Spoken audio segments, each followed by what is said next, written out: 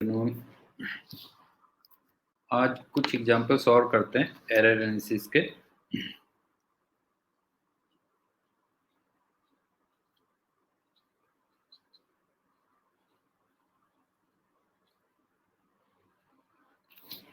जैसे तुम ये देखो कि जैसे ना ये फॉर्मूला है टाइम पीरियड का t इक्वल टू 2π√L/g।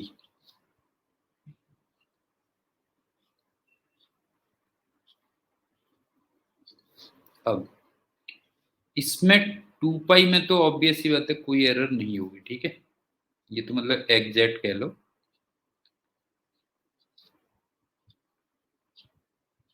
तो इसमें कोई एरर नहीं हुई, राइट।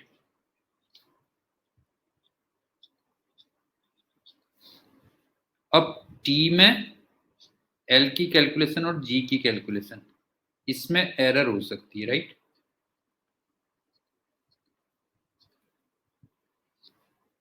तो एक तरीके से वेरिएबल हो गया जो है, नहीं है जिसमें एरर हो सकती है, मतलब वही हो गया ना, डेल्टा टी हो गया, डेल्टा एल हो गया, डेल्टा जी हो गया, तो इसका मतलब वेरिएबल हो गया। अब मैं एक काम करता हूँ कि इसको मैं ना लॉग ले लेता हूँ सबसे पहले। वही चीज आ रही है, take log.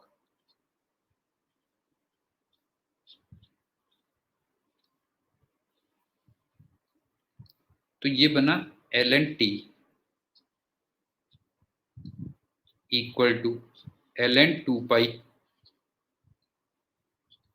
Plus half ln l minus half ln g। समझ में आ गया पीएस। इसका अगर मैं लॉग ले लूं तो ऐसे बनेगा ना, पहले लॉग ले लिया, अब इसको डिफरेंशिएट कर दे।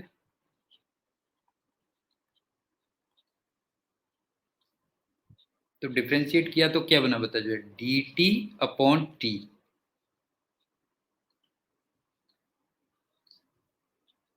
इसका जीरो आ गया, plus half dl upon l minus half dg upon g आ गया। क्यों? ये तो डिफरेंशिएशन के बाद आ गया। लेकिन अगर फिर वही वाली बात है कि अगर मैक्सिमम मैं निकालता, मान ले मैक्सिमम एरर इन t निकालता, मान ले, नहीं है, मैक्सिमम परसेंटेज निकाल लेता हूँ। मैक्सिमम परसेंटेज एरर इन t अगर मैं फाइंड करता तो फिर उसको कैसे लिख लेता, इसी वाले को मल्टीप्लाई कर देना, इसी को देखेगा तो क्या होगा, देख, delta T upon T into 100। क्यों? Delta T upon T into 100, ये हो गया equal to half delta L upon L into 100। क्यों? Half delta L upon L into 100, और फिर वो भी लेकिन प्लस ही हो जाएगा। क्यों? हाफ, हाँ, डेल्टा जी अपॉन जी इंटू 100, ये हो गया बस, हो गया। तो वही तो हो गया, अगर तुम देखोगे तो ये नहीं बन गया बेटा, जो है percentage error in T, percentage error in T equal to half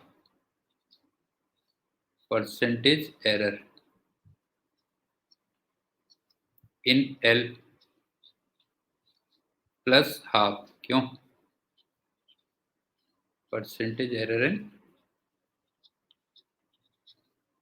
जी, ये हो गया। अच्छा, ये वो डायरेक्ट भी हम जैसे करते थे ना, वहां से भी तो हो गया। जैसे ये देखिए जो है t इक्वल टू 2π√L/g है,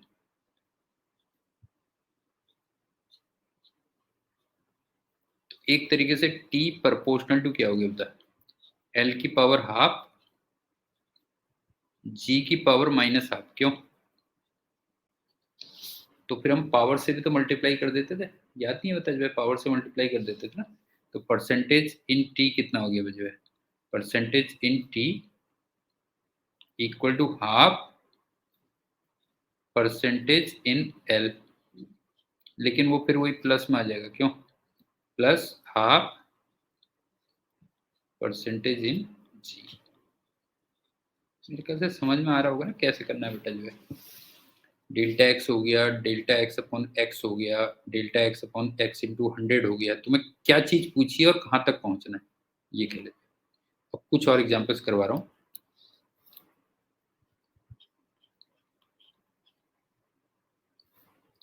एक बॉल को ना तुम ड्रॉप करते हो, ठीक है?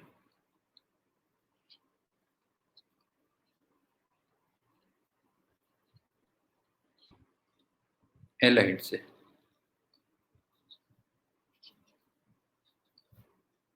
बॉल पहले नीचे गिरती है और फिर यहां से साउंड वापस आती है।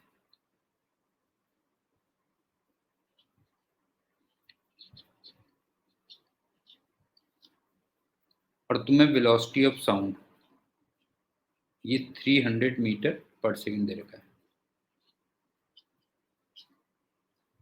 और जी की वैल्यू 10 मीटर पर सेकंड स्क्वायर एग्जैक्ट दिया हुआ है। कहीं पे अगर एग्जैक्ट लिख दिया तो इसका मतलब ये हो गया कोई एरर नहीं है, ध्यान रखना, नो एरर, नो वेरिएबल।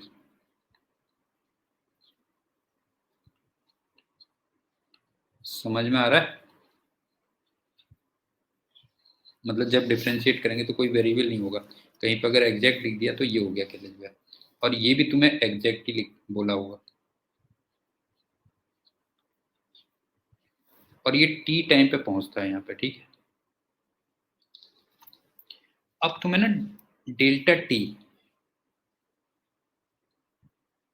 ये दिया था 0.01 सेकेंड। तो इसका मतलब वेरिएबल हो गया ना, ध्यान रखना, टी वेरिएबल हो गया, क्यों? समझ में आ गया ना, टी हो गया वेरिएबल बेटा जो है, ये हो गया। और एल की वैल्यू 20 सेंटीमीटर दे रखी है और जी की वैल्यू दे रखी है, ये हो गया, ठीक है। तुम्हें परसेंटेज एरर इन एल निकालनी है।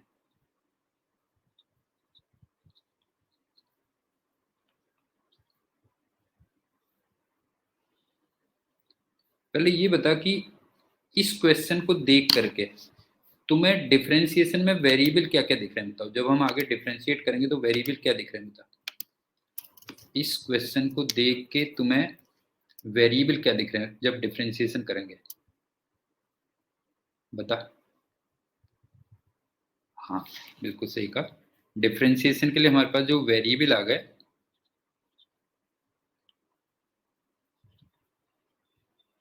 वो एल और टी आ गए। ये बहुत इंपॉर्टेंट है, ध्यान रखना कि जब हम डिफरेंशिएट करेंगे तो उसमें क्या वेरिएबल आना है, बिकॉज वहीं से डेल्टा एल डेल्टा टी वो सब चीजें आएंगी ना। अब देख, ये वाला टाइम मान ले T1 है और फिर ये ऊपर आने का टाइम मान ले T2 है, ठीक है? तो सबसे पहली बात बता कि t की जो वैल्यू आई √2h/g एल होगा, सॉरी हाँ,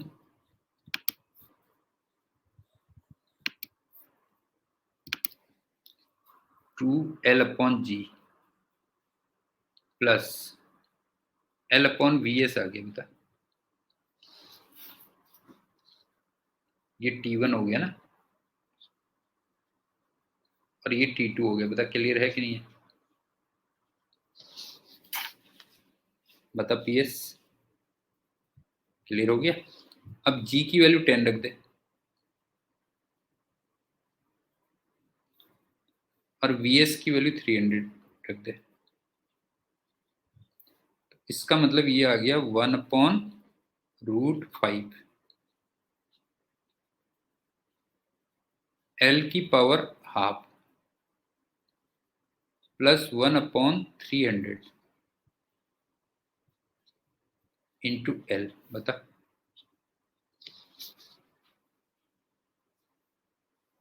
बता क्लियर है कि नहीं, बता जो है। ये हो गया। अब क्या है कि अब सीधे डिफरेंशिएट कर दे। ये तुम्हें ना जजमेंट लेना पड़ेगा कि कहाँ पे पहले लॉग लेके डिफरेंशिएट करना है, कहाँ पे तुम्हें डिफरेंशिएट करना होगा। ये इंपॉर्टेंट है, इसमें ध्यान रखना जो है। ठीक, अब डायरेक्ट डिफरेंशिएट कर दे तो देख क्या होगा। टी का डिफरेंशिएशन 1 इंटू डी टी लिखना पड़ेगा, लेकिन ये हो गया। अब उसका क्या हुआ सुन, 1/2√5 एल की पावर -12 मेरे ख्याल से, क्यों, इंटू डी एल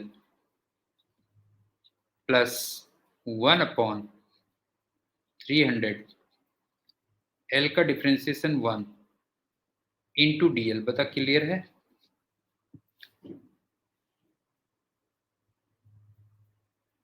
ठीक हो गया। अब सुन, यहाँ पे dt का मतलब एक तरीके से डेल्टा टी ही हुआ ना, और dl का मतलब एक तरीके से डेल्टा एल हो गया।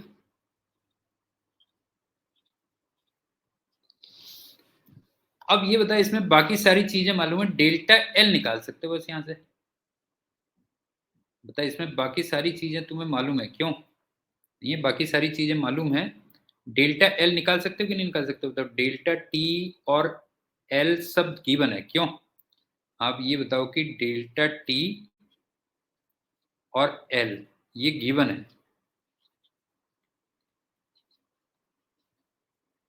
तो यहां से तुम डेल्टा एल निकाल लो। और अब ये बताओ कि अगर तुम्हें डेल्टा एल पता चल गया तो परसेंटेज एरर इन एल कितना हो गया होता जो है, परसेंटेज एरर इन एल,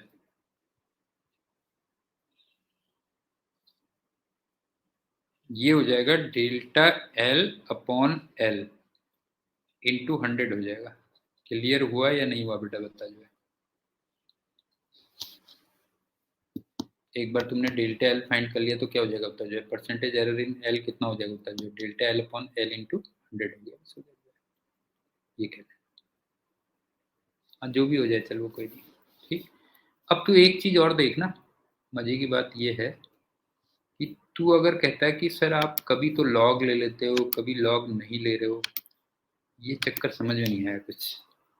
एक बात बता, अगर मैं लॉग लेता तो यहीं पे तो लेता बेटा, नहीं होता। अगर मैं लॉग लेता तो यहीं पे तो लेता कि नहीं लेता, बता जो है। तो लेकिन यहाँ पे जो लॉग लेता ना, मेरा उससे पर्पज सॉल्व नहीं होता, क्योंकि मेरा ये बता L N T equal to L N, ये फिर पूरा ही अंदर आ जाता ना, उसके जो भी है दोनों टर्म आते, क्यों बता, अलग अलग नहीं होता ना वो जो है, ये कह ले जो है। तो ये थोड़ा अपने कंसेप्ट खुद देख लेना कि कहाँ पे लॉग लेना है फिर डिफरेंशिएट करना है, या कहाँ पे डायरेक्ट डिफरेंशिएट करके काम चल जाएगा। समझ में आ गया ना, कहाँ पे डायरेक्ट डिफरेंशिएट करके काम चलेगा और कहाँ पे लॉग लेके तब डिफरेंशिएट करके काम चलेगा। ठीक, ये हो गया। अब सुन, अभी बनाता हूँ वैसे उसका कंसेप्ट, कंसेप्ट देख बनाते हैं, कुछ मजा आएगा उसमें, मेरे को भी कुछ मजा आ जाता है उसमें।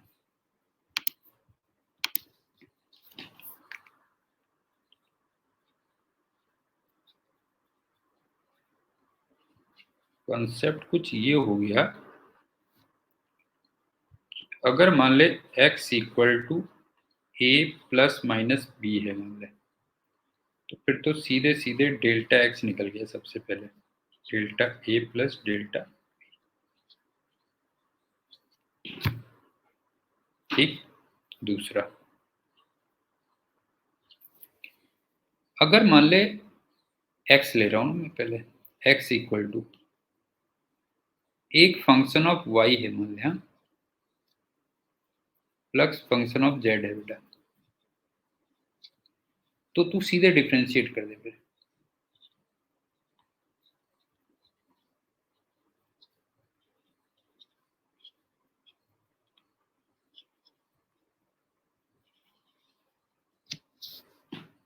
समझ में आ गया बेटा, ये है कहानी। ठीक है, सीधे डिफरेंशिएट कर देना फिर। ये जैसे ये हो गया ना, तो एक बात बता ये क्या बन गया बता जो है, 1 into D X equal to F dash Y, F dash ही कहते हैं ना उसको, डिफ्रेंसिएशन को तो जानता होगा, into D Y plus F dash Z into D Z. बेटा हमारा सीधे काम चल गया कि नहीं चल गया, बता बता पीएस, ये हो गया सीधे। ठीक, अब तीसरा चलते हैं। अगर मान ले x equal to function of y into function of Z हो, मल्टीप्लाई होके हो, या function of y upon function of Z हो, तो फिर तेरे को लग रहा है फिर अब लॉग के बाद इंटीग्रेट, हाँ ठीक है, तो अब तू लॉग लेगा पहले और फिर डिफरेंशिएट करेगा, बस हो गया, इसके बाद डिफरेंशिएट कर।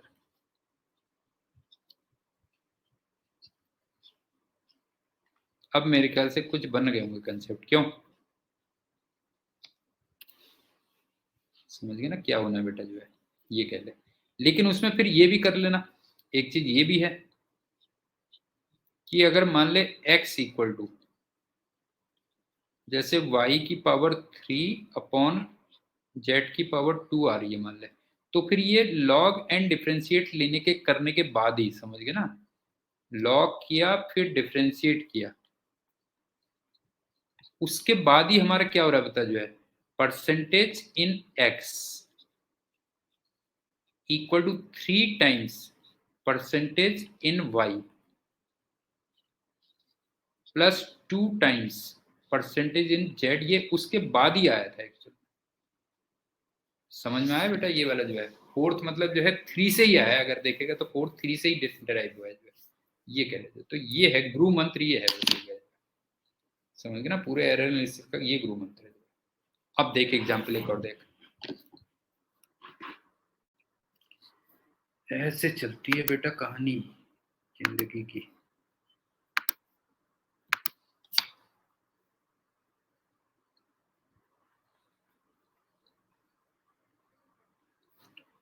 t इक्वल टू 2π√L/g दिया हुआ, ध्यान से देखना।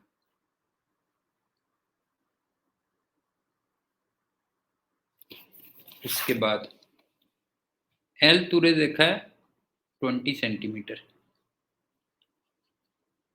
और डेल्टा L 1 मिलीमीटर, तो फिर ये तो वो बन गया ना, वेरिएबल बन गया, क्यों नहीं है? मतलब जैसे ही तेरे को डेल्टा एल दिखा तो वेरिएबल तो वो आ ही गया फिर सीधे सीधे, ये हो गया। उसके बाद 100 ऑसिलेशंस में, 100 ऑसिलेशंस में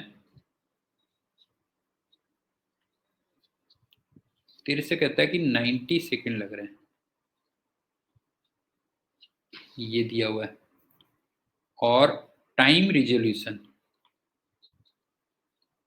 ऐसे दिया था, ठीक है, टाइम रिजोल्यूशन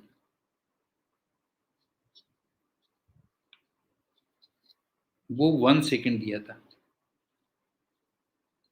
इसका मतलब ये डेल्टा टी वहां पे ध्यान रखना बेटा, जो है तो यहां से फिर टी भी वेरिएबल आ जाएगा।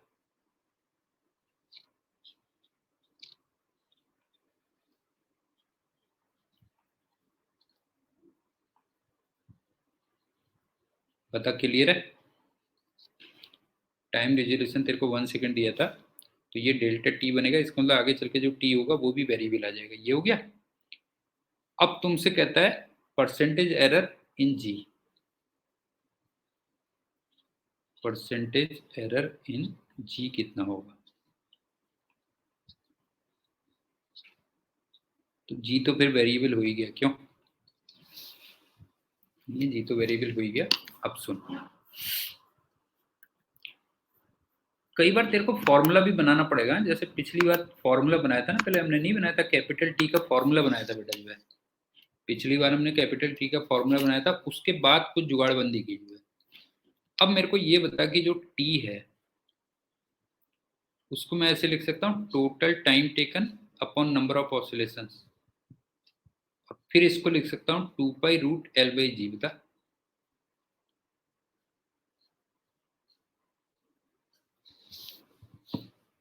समझ में आया? बता जो है टाइम पीरियड को लिखता हूँ total time upon number of oscillations 2π√L/G। तो यहाँ से G का क्या फॉर्मूला बन रहा है देख जरा। G का बन रहा है बेटा 4π²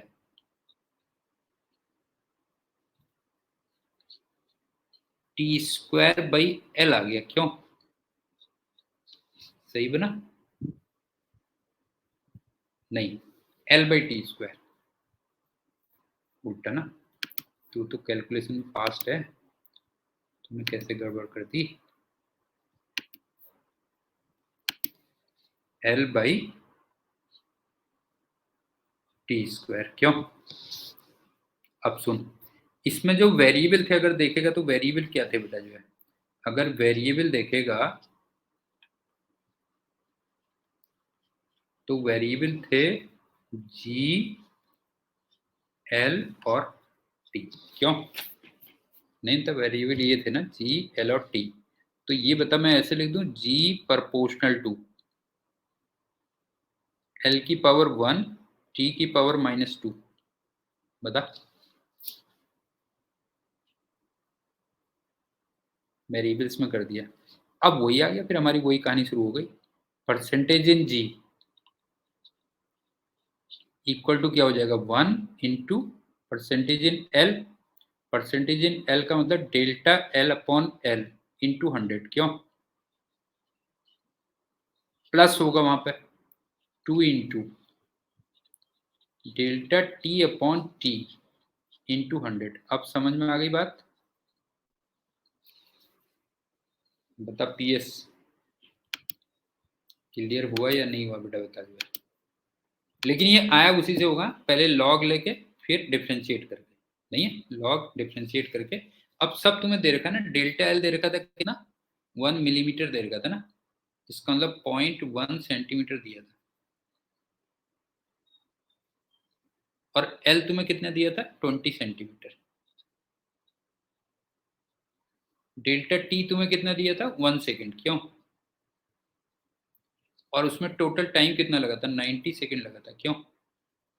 90 सेकेंड। ये हो गया, इस टाइप से हो गया क्वेश्चन। क्लियर हो गया? अब दूसरा एग्जाम्पल देख।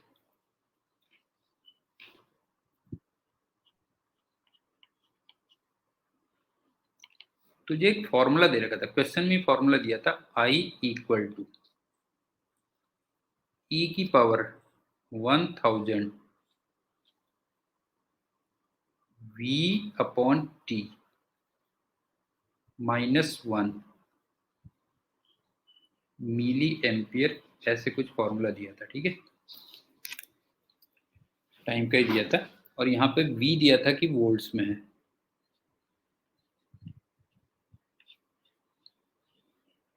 T तुम्हें दिया था केल्विन में।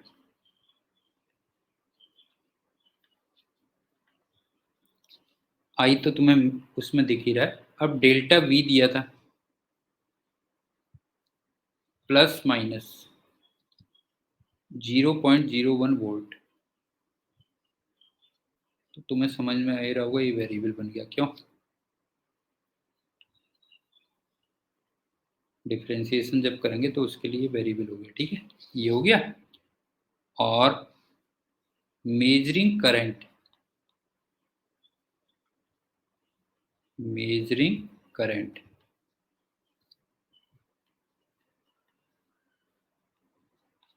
Eight 300 kelvin. तो डेल्टा आई पूछा था कितना होगा।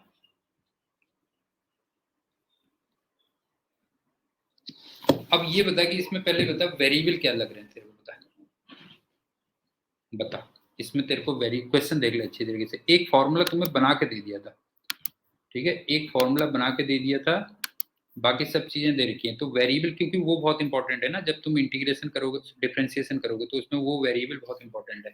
बता इसको देख करके क्या क्या वेरिएबल लग रहे हैं, बता। वेरिएबल क्या क्या लग रहे हैं इसको देख करके बता, बस हो गया। समझ में आ गया? जहां पे डेल्टा आ रहा है variable,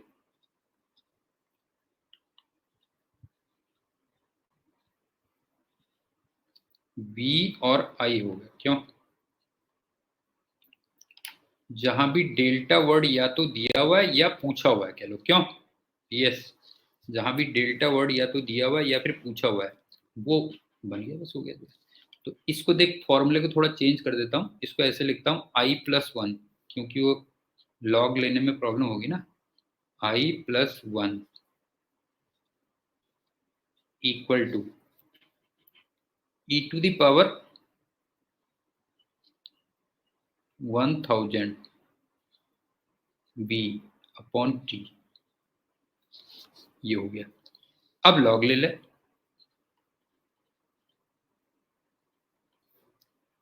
ln i+1 equal to 1000 b upon t, और ln e बना, और ln e तुम जानते हो 1 के इक्वल होता है। क्यों? ये भी आ गया। अब डिफरेंशिएट कर दे,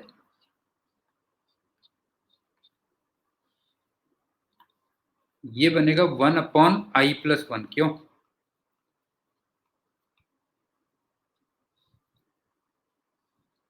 इनटू डेल्टा आई, ये हो गया। और डेल्टा v था 1000 अपॉन t, v का डिफरेंशिएशन 1, और ये डेल्टा v हो गया। क्यों? ठीक। अच्छा, इसमें ना तुम्हें करंट दे रखी होगी, आई थिंक, मेरे ख्याल से मेजरिंग करंट है ना, ये करंट तुम्हें दे रखी होगी। ठीक है,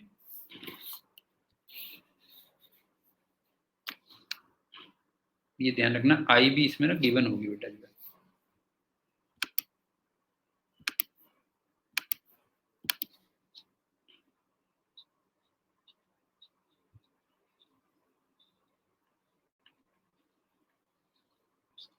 अब जरा देखना, इसमें आई दे रखा है, डेल्टा आई दे रखा है, डेल्टा वी टी सब दिया हुआ है। क्यों? सॉरी, डेल्टा आई निकलना है। आई क्या क्या चीज दे रखी है तेरे को? आई दे रखा है, टी दे रखा है, डेल्टा वी, ये सब गिवन है। क्यों? तो यहां से तुम डेल्टा आई फाइंड कर लेना। तो ये सब जुगाड़बंदी करनी पड़ती है इस टाइप के क्वेश्चन में, अच्छे लेवल के क्वेश्चंस में जुगाड़बंदी करनी पड़ती है बेटा जो है, ये ध्यान रखना। ठीक, एक और एग्जांपल करते हैं, देख।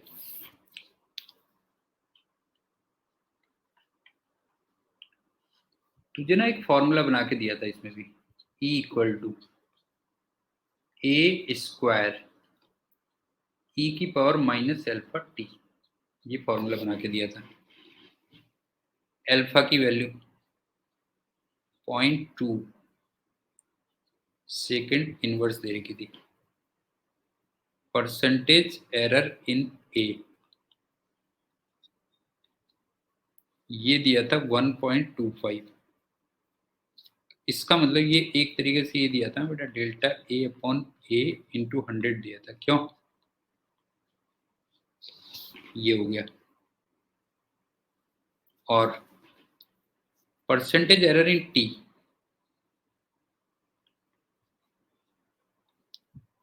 ये भी 1.5% दिया था। तो ये भी एक तरीके से delta T upon T into 100 हो गया।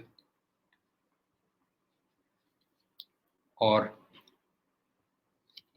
तुमसे कहता है परसेंटेज एरर इन ई कितना होगा एट 5 सेकेंड। क्वेश्चन देख ले अच्छी तरीके से, एक फॉर्मूला बना के दे देगा तुम्हें। कभी कभी तुम्हें फॉर्मूला खुद बनाना पड़ेगा, जैसे हमने वाले में फॉर्मूला खुद बनाया था, जब वो स्टोन ड्रॉप हुआ था फिर साउंड वापस आई थी, वहां पे फॉर्मूला हमने खुद बनाया। कुछ फॉर्मूले पहले से मालूम होते हैं, टी इक्वल टू 2π√L/g, और कुछ तुम्हें दिए होते हैं जो है, ऐसा कह ले जो है। अब बता, इसमें फिर से वही बता, वेरिएबल क्या क्या लूं? बता बेटा, ये बता वेरिएबल क्या क्या लूं?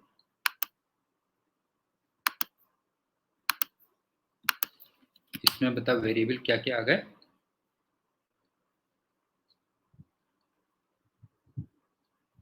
हाँ, ए, टी और ई। तो फिर लॉग ही लेना पड़ेगा इसमें तो पहले, क्यों नहीं है बता, इसमें लॉग ही लेना पड़ेगा।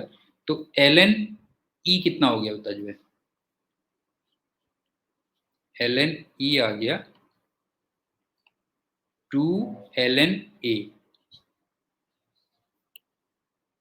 माइनस अल्फा टी, बता। यस, बता क्लियर है कि नहीं बता जो है, ये हो गया। अब डिफरेंशिएट कर दे।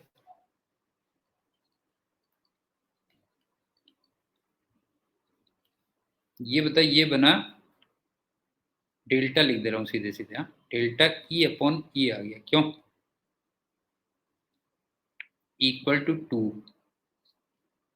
डेल्टा ए अपॉन ए आ गया माइनस एल्फा 1 इंटू, लेकिन केवल यहाँ पे डेल्टा टी आया, ये समझ में आया कि नहीं बता, ये पॉइंट क्लियर हुआ कि नहीं हुआ, वहां पर केवल डेल्टा टी आएगा बेटा जो है, नहीं है। अब हमें निकालना क्या था, हमें निकालना था delta E upon E into 100 निकालना था। तो फिर ये कितना हो गया देख, 2 delta A upon A into 100 minus 100 alpha delta T. मेरे ख्याल से समझ में आ गया होगा, नहीं है, यही तो तेरे को फाइंड करना था ना बेटा, यही चीज तो फाइंड करनी थी। ठीक, अब क्या है देख, इसमें से ये तो पूरा दिया हुआ है, नहीं है, ये तो पूरी क्वांटिटी दे रखी है, और कितनी दे रखी है बता, ए में कितना परसेंटेज एरर दे रखी थी, 1.25, और अल्फा की वैल्यू दे रखी थी 0.2। अब डेल्टा टी तुम्हें ना यहां से निकलेगा बेटा, ये देख, ये है देखिए,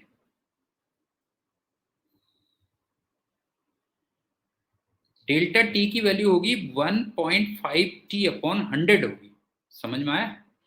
डेल्टा टी कितना होगा बता जो है, 1.5 टी अपॉन 100। यस, समझ में आ रहा है कि नहीं आ रहा बेटा, बता जो है 1.5 टी अपॉन 100, और टी फिर तुम्हें दिया हुआ था मेरे ख्याल से ना 5 सेकंड पे, ये लिखना था 5 सेकंड। तो यहां से तुम फिर ये फाइंड कर लो, find percentage in.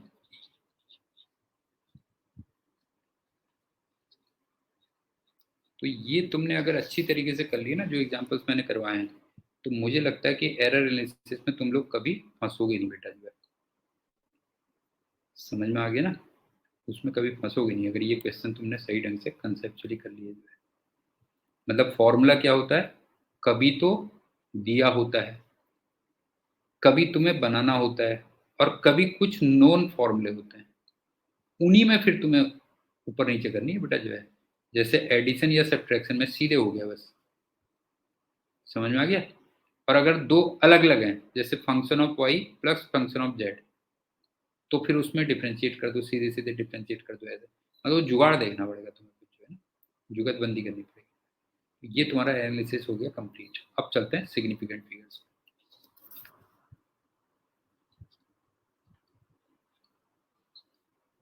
Significant figures,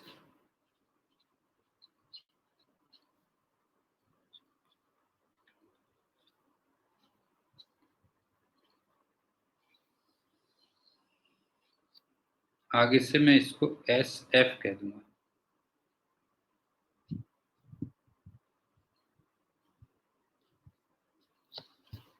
सबसे पहली बात, जो हमारा ना मीटर स्केल होता है जैसे ना,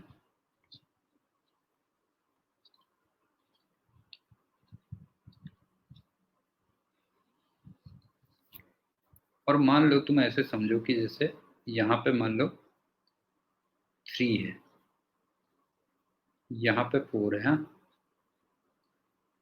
3.1 2 3 4 5 6 7 8 9 10 इस टाइप से होंगे कुछ। क्यों ये हो गया? ये हो गया सेंटीमीटर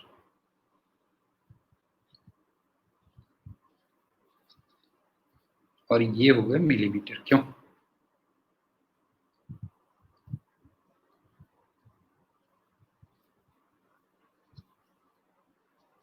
अब सपोज कर मेरी जो है ना लाइन यहां पे आ रही है बेटा, कोई मेरी रीडिंग मान लो यहां पे आ रही है कहीं, एक तरीके से 3.4 और 3.5 के बीच में है ना। ये बताइए ये वाला जो मार्क है ये बिटवीन 3.4 सेंटीमीटर एंड 3.5 सेंटीमीटर। क्यों? 1 2 3 नहीं, कितना हुआ? 1 2 3.3 और 3.4 के बीच में सर। हाँ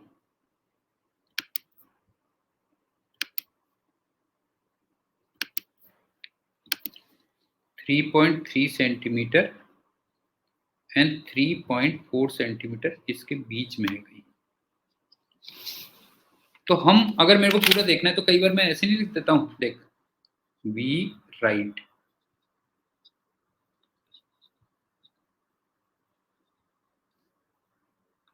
या तो मैं लिख दूंगा 3.31 लिख दूंगा या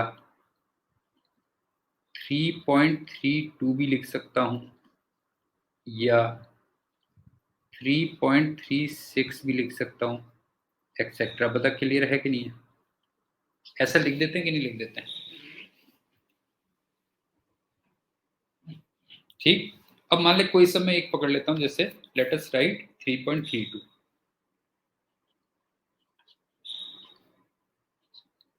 लेट अस राइट 3.32। अब ये बता कि ये और ये तो कंफर्म है ना?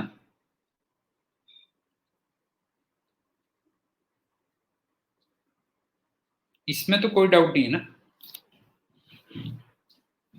ये बता ये तो कंफर्म है ना, इसमें थोड़ी कोई डाउट है बेटा जो है। इसमें डाउट है तेरे को, क्यों? ये अनसर्टेन है।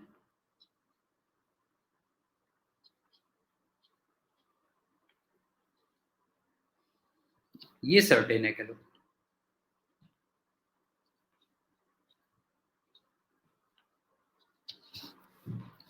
तो इसमें जो सिग्निफिकेंट फिगर्स बनते हैं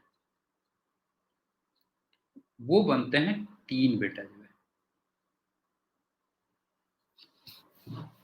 समझ गए ना? इसमें सिग्निफिकेंट फिगर्स क्या होते हैं? 3 बनते हैं। तो सिग्निफिकेंट फिगर्स क्या होगा बताओ जो है? एक तो सर्टेन प्लस एक अनसर्टेन।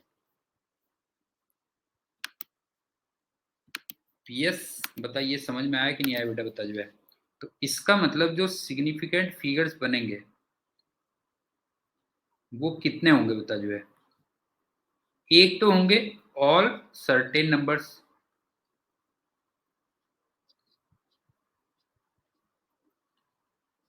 प्लस 1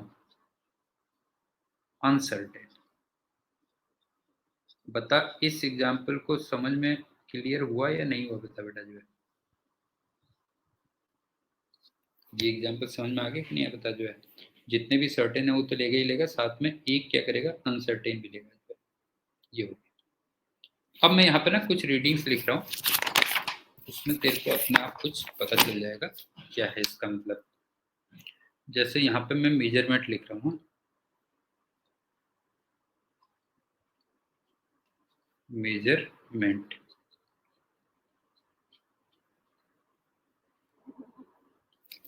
यहाँ पे एक्यूरेसी,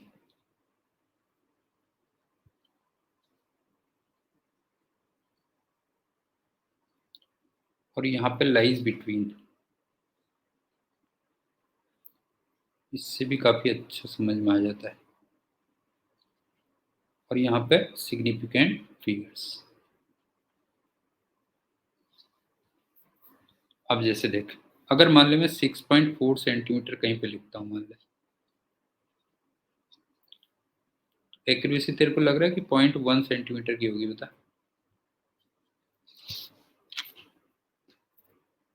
बता। 6.4 सेंटीमीटर लिखा तो एक्यूरेसी 0.1 सेंटीमीटर हो गई। और ये किस किस के बीच में लाई करेगा बता, जो है 6.3 से 6.5 के बीच में। कोई डाउट? यस, बता बेटा, इसमें कोई डाउट? ये 6.3 और 6.5 के बीच में लाई करेगा, तो इसमें सिग्निफिकेंट फिगर दो बने ना? नहीं, इसमें बने दो। अब मैं अगर लिखता हूं, मान ले 6.40 लिख देता इसी को मैं, तो इसमें फिर तेरे को समझ में आ रहा होगा 0.01 सेंटीमीटर हो गई। और ये किस किस के बीच में लाई करेगा जरा बता जो है, 6.39 से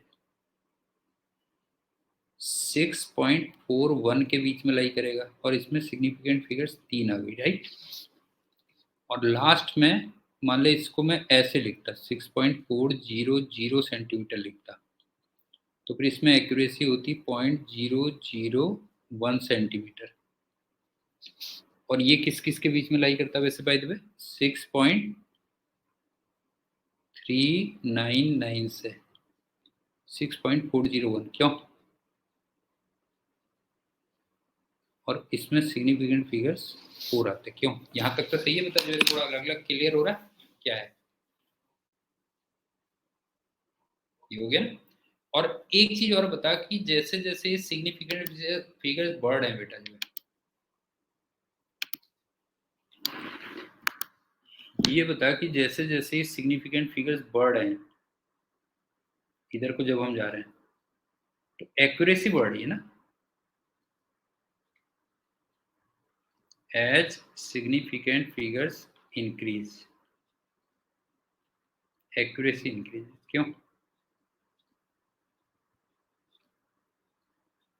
तो मेरे ख्याल से थोड़ा बहुत समझ में आ रहा होगा सिग्निफिकेंट फिगर्स की क्या बात चल रही है, जो है कि जितने ज़्यादा जो है सिग्निफिकेंट फिगर्स होंगे, तो एक तरीके से क्या हो गया, उसमें एक्यूरेसी क्या हो रही है, ज़्यादा आ रही है।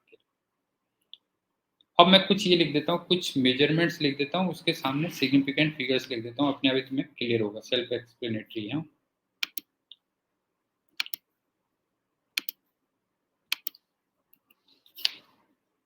यहाँ पे लिखूंगा मेजरमेंट, तो बताते हुए चलना।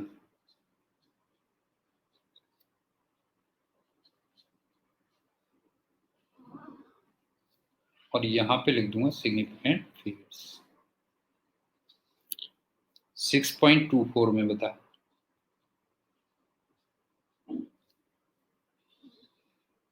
3, 6.024 में 4, सेल्फ एक्सप्लेनेटरी है, क्यों? कोई बहुत ज़्यादा उसमें कोई रिक्वायरमेंट नहीं है। 6.400 4 1.4, बस ये ध्यान रखना, 1.4 इंटू 10⁻⁻7 में ये केवल 2 आती हैं, फिर ये ध्यान रखना बस। और 0.0042 में 2 आती है। यस, बता बेटा, कोई डाउट है? बता, इसमें कोई डाउट है? बता, कोई डाउट तो नहीं है? ठीक है, अब इसमें चलते हैं कुछ इंपॉर्टेंट पॉइंट्स।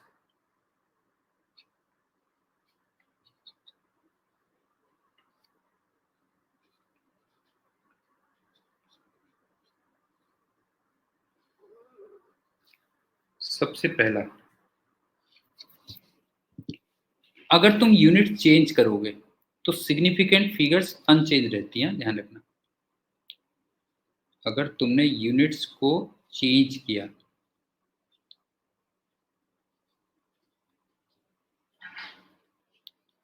तो जो सिग्निफिकेंट फिगर्स होती हैं वो फिर अनचेंज रहनी चाहिए।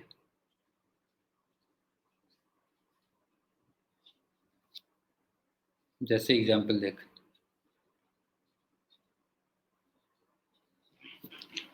मान ले मैं 7.2 सेंटीमीटर लिखता, इसको मैं 0.02072 इतना मीटर भी लिख सकता था, क्यों? और इसको मैं 0.00072 किलोमीटर भी लिख सकता था, और इसको मैं 7.2 इंटू 10⁻⁷ नैनोमीटर इस टाइप से भी लिख सकता था। और सभी में अगर तुम देखोगे, सारी मेजरमेंट्स में जो सिग्निफिकेंट फिगर्स आ रही हैं वो 2 के इक्वल। समझ में आया पीएस क्या है बेटा? जो है कि अगर यूनिट्स को चेंज करोगे तो फिर सिग्निफिकेंट फिगर्स में कोई चेंज नहीं आएगा, ये ध्यान रखना, ठीक है। अब दूसरी बात,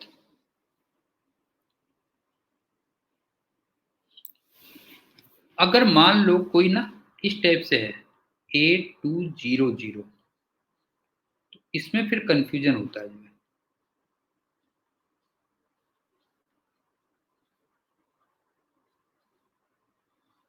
और इसमें कंफ्यूजन ये होता है कि इसमें सिग्निफिकेंट फिगर्स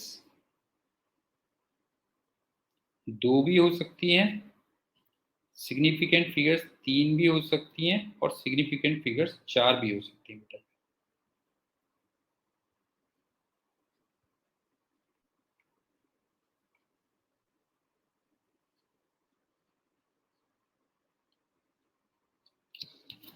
8200 थोड़ा कंफ्यूजिंग होता है कि इसमें सिग्निफिकेंट फिगर्स 2, 3, 4 कुछ भी हो सकती है। तो उसको क्लियर करने के लिए, अगर तुम्हें सिग्निफिकेंट फिगर्स, मान लो कोई क्वेश्चन है जिसमें सिग्निफिकेंट फिगर्स तुम्हें मालूम है कि 2 है, तो फिर तुम इस रीडिंग को ऐसे लिख के दोगे 8.2 इंटू 10⁻3 ऐसे लिख के दोगे। और अगर मान लो सिग्निफिकेंट फिगर्स आपको इसमें 3 रखनी है, तो फिर आप इसको ऐसे लिखोगे 8.20 इंटू 10⁻3। और अगर आपको इसमें सिग्निफिकेंट फिगर्स मान लो 4 लिखनी है, तो फिर आपको ऐसे मेंशन करना पड़ेगा 8.200 इंटू 10⁻3। ये हो गया, अब कोई कंफ्यूजन नहीं है। तीनों की तीनों वैल्यूज अगर देखोगे तो 8200 के इक्वल होंगी बेटा। हाँ, ये देखना, ये वाला देखना, तो ये वाला देख बेटा, जो है ये देखना, जैसे ये है, इसमें देख सिग्निफिकेंट फिगर्स 3 है ना बेटा, जो है। और इसको कंपेयर करना, ये देखिए जो है पावर वाली नहीं लेते फिर सिग्निफिकेंट फिगर्स, समझ में आ गया? पावर वाली सिग्निफिकेंट फिगर्स नहीं लेते। पॉइंट क्लियर हो रहा है क्या कह रहा हूं मैं? कि 8200 में एक्चुअली में 3 ऑप्शंस बनते हैं। सिग्निफिकेंट फिगर्स 2 भी हो सकती है, 3 भी हो सकती है, 4 भी हो सकती है। अब अगर तुम्हें 2 रखनी है तो कैसे लिखोगे, 3 रखनी है तो कैसे लिखोगे, 4 रखनी है तो कैसे लिखोगे? ये है, ये ध्यान रखना, 2 इंपॉर्टेंट पॉइंट्स ये याद रखना इसमें। समझ में आ गया?